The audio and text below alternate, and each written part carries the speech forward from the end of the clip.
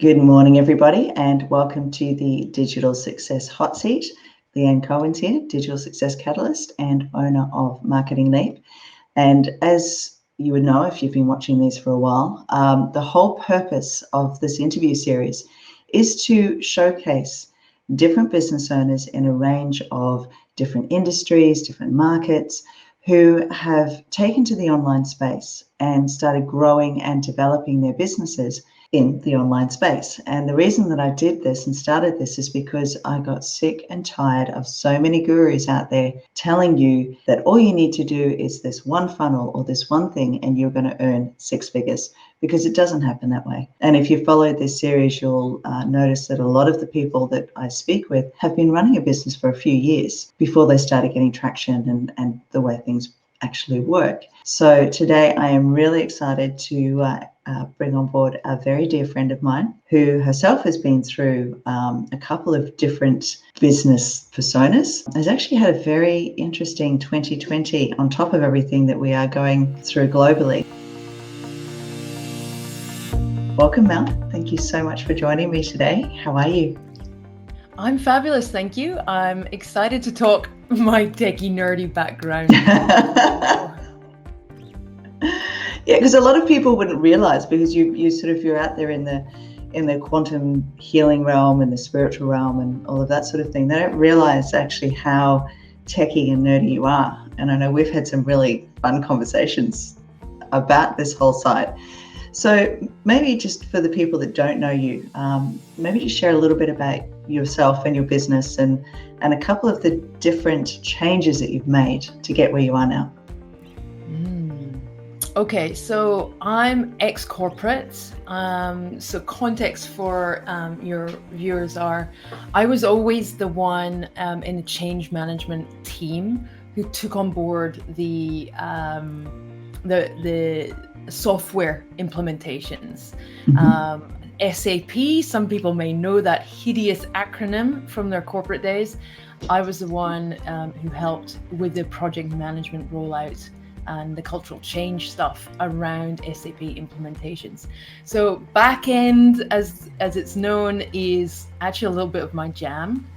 And so I like to really bring some of that systems, automations, and the ways that you can be efficient in your business now into my completely different realm of operating in the healing space. So because you couldn't get any more different. Being an empath and being techie just like blows people's heads. So I just don't generally talk about it to many people. But the back end is actually what makes me, what enables me to switch off when I'm doing my healing work, because I know the back end is set and the business is functioning and running on its own with tweaks here and there as I'm ever growing.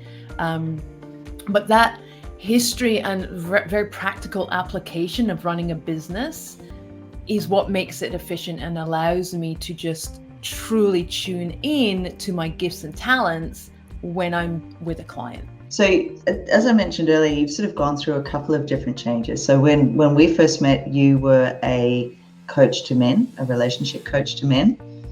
And I know, when we first reached out, I can't remember which way it was. It was something, you were having issues with Google, then I was having issues in the dating scene. From there, you've actually gone on to a couple of different changes. So what brought you to where you are now? And what exactly do you do now? Nice. Thank you. Good question. So one of the things, I guess, if we look at the digital space, it's ever evolving.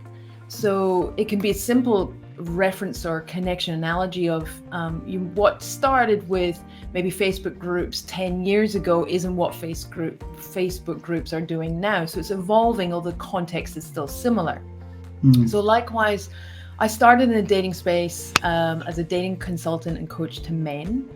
And then as I grew into my skills and my confidence in that space, the marketing know-how came through and went, actually, men don't really want to pay for advice in something that they feel that they should be able to do naturally. So I was actually really pushing uphill in a marketing context, selling to men. They didn't want to hire a female coach. They didn't want to admit they were struggling. So that was my first pivot, going, well, all the women are saying, this is amazing. Can you work with me? So then I went, well, the women are ready to step forward, even though it's the men that needed the help to understand women. So then I pivoted and broadened into relationships and opened the doors to women. And then again, as I did that for another 2 years, what I understood was people asking for relationship counseling advice, and that's not what I did. What I did from a marketing understanding perspective was I helped people really understand themselves, and then when they did their humaning and their relationshiping, they returned differently. So I wasn't giving relationship advice, I was giving human advice. And so then I realized what I was really doing, that scratch the head moment and going, I'm helping people be successful within themselves and how they view their life and themselves and what experiences they've gone through and what challenges they have. So it was never relationship advice. So then I realized I was marketing myself incorrectly. And I realized I'm a success coach, a personal success coach. But then again, what does that mean? I'm healing. I'm actually helping resolve, drop the baggage, address the skeletons, address the BS that's going on in their head, the belief systems, and help adjust those. And that's what I do. What I actually do is facilitate change at a subconscious level. So that's the quantum, where you can change it in an instant, which many make the claims of, and yet they have clients coming back time after time after time. Quantum, you can do it deeper, quicker, faster, easier. So that's the evolution of how I've landed here through the advice and understanding of marketing. And that's the thing that I find with a lot of business owners is that they actually start one way. I've actually got some vibration. Have you got another microphone on or something? Oh, okay. So what they actually do is they'll start with an idea of what they should be doing. And like you said, they suddenly realize, well, hang on, that's not really what the market's looking for, or that's not actually what I'm doing. And I think the biggest thing is, and I know a lot of people get bored when they talk to a marketer and say, okay, we've got to find out who your ideal client is, and we've got to get your messaging right. And if you don't get your messaging right, you can be showing up as much as you like, but nobody knows or gets what it is that you do. I learned something very powerful from a global speaker just yesterday, actually, like a massive figure in the public speaking space. And he says, if you're in the obscure space where you have to explain what you do, your job is that much harder to market and sell. And so Steve Lowell, it's like, yes, I'm in the obscure space. Everybody knows what healing contextually is, but how do you do that? What does quantum mean?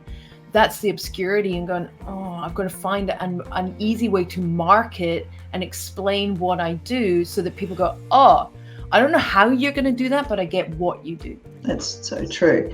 But I remember like the one when we were working together, and I was actually having, as a single mum, having issues bringing up teenage boys, and one who has a very strong character, and just being able to have that one session with you really just flipped our relationship on its head, and changed how the energy was at home. But I had to go through that with you even for the amount of conversations that we've done and the amount of work that we've done, to have a really good understanding of exactly what it is that you do and how you impact people. So I think that is really such an important thing when it comes to showing up online, is you've got to make sure that, like you say, your messaging is so on point so that you're not having to explain to people. Yeah, and I'm going to confess, I still don't think I've nailed it, even though I've taken a few months off and like really come back inwards again and gone, right, how do I explain what I do in a really succinct, practical way that isn't woo? Like I'm trying to take the woo out of woo-woo. This stuff is real. Epigenetics, the quantum physics has now been scientifically proven. It's still not mainstream, but it's not woo anymore. It's science, it's energy. We are electrical human beings that have energy. And how can we explain that? And look, I'll confess, I'm still working on dialing that message to a really succinct mode. But if I haven't started now I think it's 5 full years. I'm about to take into my 6th year. If I hadn't started and given it a go 6 years ago, I wouldn't have been able to dial it in the way I am now. So you've got to start somewhere is what I'm really saying there. Just give it a go. Don't be perfect, and evolve as you need to, and as you get more grounded within what it is you're doing or what you want to achieve. That's so true.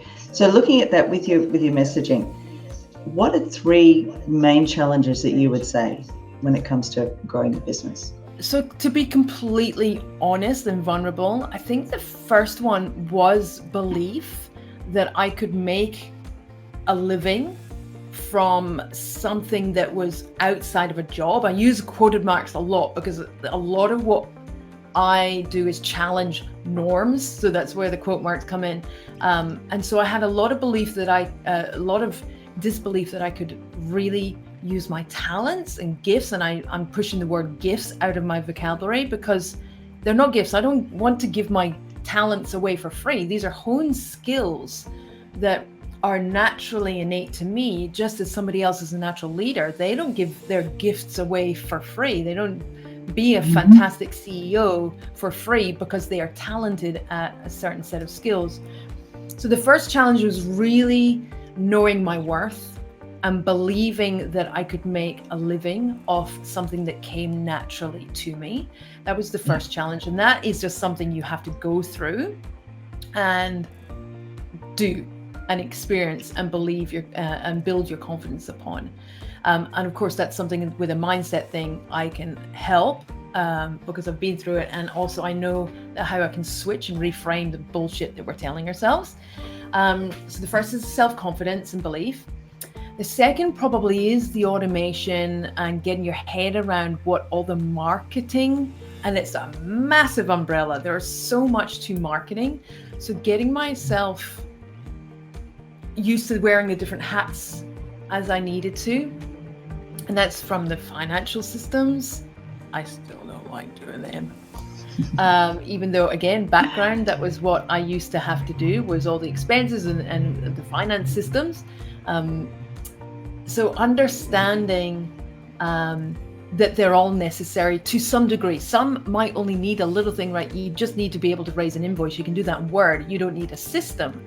But recognizing how all the different elements of your business fit together. Whereas from corporate, I had divisions. I used to speak to HR. I used to speak to accounting. I used to speak to operations. That, like, you got to have an understanding of how all the pieces fit together. And then, of course, third, I think is the most critical, is your messaging. Those key fundamental things that you need to say each time so people get what you do and it sticks, so that when what you can help or serve them with, you're front of mind. Yeah. So that it's easy. Now, I've gone through 3 pivots from being a dating coach, relationship coach to success coach. And people now are probably confused about what I do. So there's a challenge and maybe a negative or a downside or a con. But I think in the long term, that momentum still will increase and pay off. That's what we hope. But it's also calling in your ideal clients too, because the minute you get clear on what it is that you do and how you serve people, and they understand what it is that you do, and I think that's probably, if we flip it around, that's really what it's about, is having people actually understand what it is that you do. That's when they go, oh, I need you for this. I need you to help me with that. The phrase kicks a startup used to be in my head, obviously, for the first couple of years. And now I realize that I remember watching, I think it was The Intern with Anne Hathaway. And she had this massive company that was going gangbusters. And I think it was 3 or 5 years in, and she called it a startup. I'm like, how can you be a startup? Like, you're really successful and you're looking at setting up, I think it was the first board or something like that. And I remember watching going, you're not a startup. But now I'm understanding why it is, because until it's operational normal, it's still evolving, growing, fine-tuning, still starting up that element. So I'm taking the pressure off myself. That's half the battle, I think, as an entrepreneur too. So we've talked about the challenges. What are 3 wins that you would say you've had like you've gone through this evolution of your business and what you do. So in the last 6 years, what are 3 things that you would say you've nailed? Ooh, I've nailed. I'm a high achiever, so nailing to me is like I'm never 10 out of 10. Like there's always room for growth. But what I guess successes I might be more comfortable to claim. So I look at 3 elements or 3 pillars of my business of what I help people with. So the first one is fame. What I call fame is that credibility externally. So the biggest external, I suppose, validation that just rocked my world was 2 years ago receiving globally an award as a top 10 healer, one of the top 10 healers in the world. For me to be recognized externally and judged against other peers who were what I would assume are like really, really established healers in the world, and to be recognized alongside them, that was a massive success for me. And one of the things that was noted in the feedback was the process. It was because I had a documented, repeatable, sustainable process that then gets reported to the clients. That was the thing. They're like, you have this, that's what makes you stand out. That's why we've classified you. So there's a little hint for some people who, even in the energy space, even in the woo-woo space, you can still have systems that are a tangible benefit to your business. That was my first success, my biggest claim. The next one was probably the first time I was paid in full upfront for my signature program.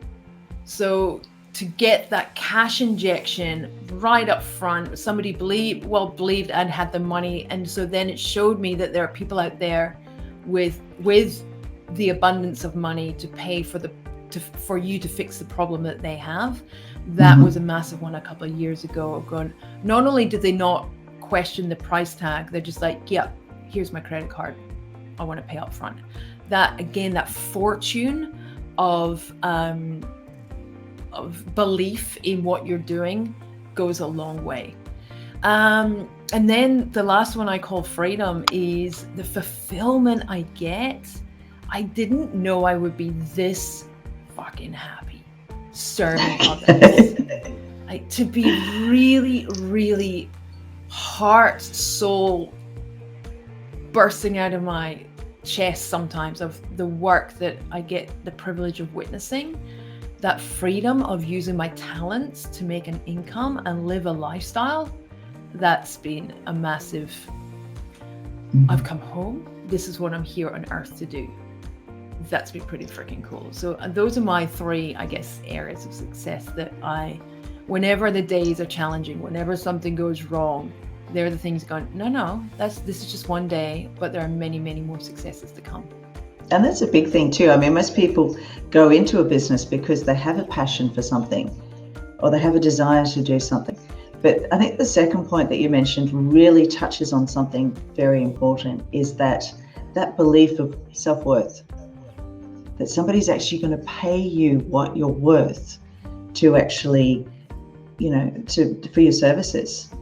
For a lot of people, is a very, very big thing to get over. It is. I'm looking at creating a new program, and I'm really, challenging myself. Well, I'm going to be challenging my clients. I'm going to challenge myself. What is this program actually worth? How much evolution, skill up, leveling yourself has it taken? How much investment have you put into delivering these services in this package or program? So you're not undervaluing, saying, well, I think someone will only pay X amount. It's like, no, it's not what you think someone will pay. How much time, effort, money, investment did you spend to be able to deliver this service at that level? That's worth something. And it was another business coach, who taught me, how do you count up effectively all of the training you've done that gets you to this level of expertise here. So why would you undercut that price when it's cost you like 40 times that to become skilled at it? It's the value, isn't it? Yeah. So when we talk about digital success, if I was to say digital success to you, what does that actually mean to you? So two things come to mind. The practical one is that my business is just operating. I don't need to tweak it anymore. That's very hard for me to say.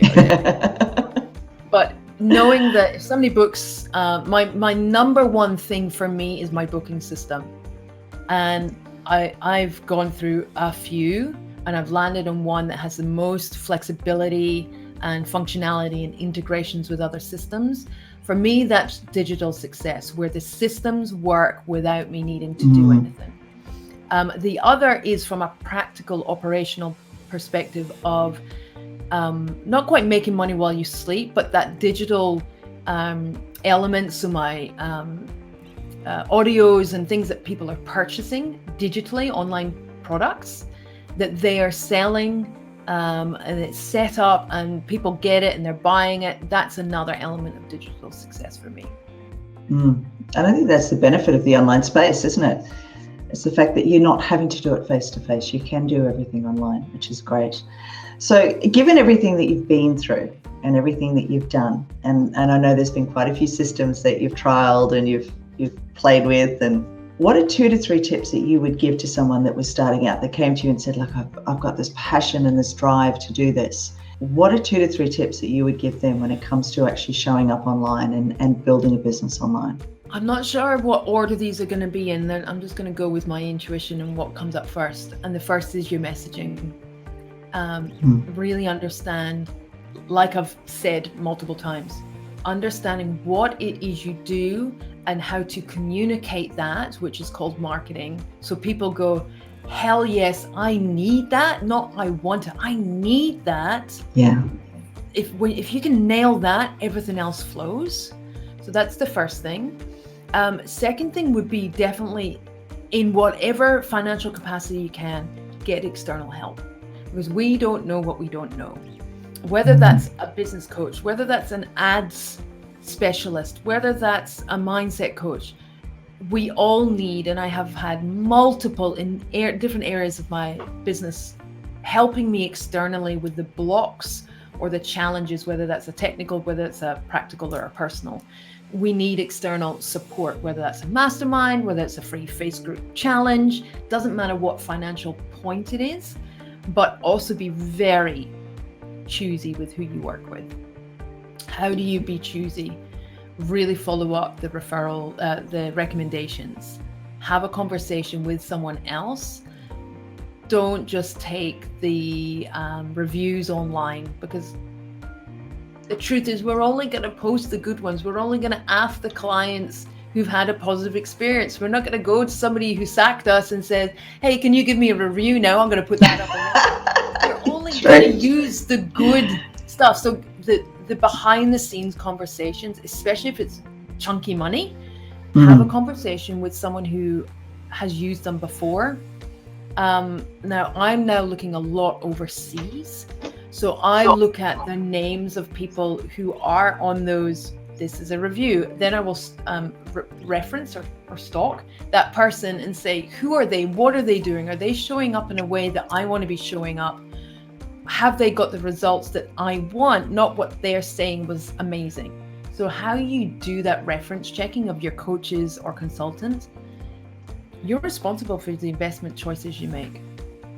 And the third piece of advice, trust your intuition. Yeah. If something doesn't feel right, get out. We are beings that have so much wisdom and access to stuff that we just don't necessarily understand yet scientifically. But our intuition, especially women, pay attention to it. If someone doesn't feel right, make changes. Let it go. Yeah, let it go. Yeah. Oh, that's perfect. That's one of the things that's come up quite often with these interviews is people that have gone and spent quite a bit of money and paid a lot of money for different things that didn't quite come through. So that's gold, actually. So, doing your follow-up, doing your checking, ask to speak with other people that they've worked with to find out what their experience is like. And for a lot of these coaches, it is quite a bit of money, especially when you're starting out. So, no, that's perfect. In the corporate world, it's called due diligence. You wouldn't hire a lawyer or an accountant without doing your due diligence. So it's the same for us, especially when you're early on and cash flow isn't high. Choose wisely. Oh, that's perfect. So if somebody wanted to connect with you and get an idea of what you do or work with you, how do people find you online? Online, I am in the LinkedIn and Facebook worlds. Pinterest is purely personal. It's all wedding stuff over there. I'm not on Instagram or Twitter. I just haven't got time to do everything. So Facebook and LinkedIn are my main haunts. And LinkedIn, I've been very quiet since my health journey of late. And I do actually have some YouTube presence, but even that's now a little dated as well. So Facebook is the principal one for me at the moment, just for convenience perspective. And of course, perfect. My digital assets of my website and my membership vault. All right, and you've got some great, you're talking about your vault, you've got some great downloads and even some meditations and things on your website as well, don't you? Yeah, so, I've created a couple of what I call libraries, and it's, I think, something that's critical for people to get a taste of what you do at a low cost entry point. I mean, the technical term would be an opt-in perhaps, because especially my tickets and my programs, my signature programs are those hefty prices. So I don't expect everyone to trust straight away that I can solve their problems. There's no point trying to convince someone. So let them experience and get a taste. So my membership vault is my my opt-in hub, both for new clients and current clients. Perfect. Thank you so much for sharing your time with us today. It's been great chatting. Yeah, and we'll talk again soon. Thank you. I look forward to seeing some of you out there in the digital space or on Facebook. Have great days. Wonderful. Bye. Thank you so much for joining us today. There were some great tips there from Mel, and I'm sure that you've got quite a bit out of that. Especially when you're starting out and you're wanting to be seen and you're wanting to be found. And there is nothing wrong with changing if you get halfway down the track and realize that, maybe this isn't exactly what it is that you want to do. So the whole idea of this is a journey. It's not a destination. So it's all about changing and growing as your business evolves. So I look forward to catching up with you all again next week at 10:30, and we'll talk again then. Bye. Thank you so much for joining me on the Digital Success Hot Seat, where we interview incredible experts about their online journey, their challenges, their tips, what's worked for them, and what hasn't. So if you're really enjoying this series, I'd love it if you would just hit the subscribe button below and also hit the bell, so that way you get notified every single time we upload a new interview. I really appreciate you joining us, and let's get on with it.